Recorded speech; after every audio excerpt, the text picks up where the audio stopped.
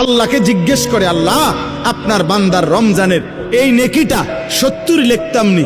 আল্লাহ বান্দার দিকে তাকাইয়া যখন দেখে গুনাহ থেকে মুক্ত, আল্লাহর জিকিরে তার জিহ্বা ভিজা, আল্লাহর মহব্বত তার কলিজার মধ্যে, সুন্নাত মোতাবেক তার জীবন, আল্লাহ তখন বলে না 70 না 700 লেখো, 700, 7,000 লেখো, 70,000 লেখো, 7 লক্ষ লেখো, 70 লক্ষ লেখো, 7 কোটি লেখো, 70 কোটি লেখো, 70,000 কোটি লেখো।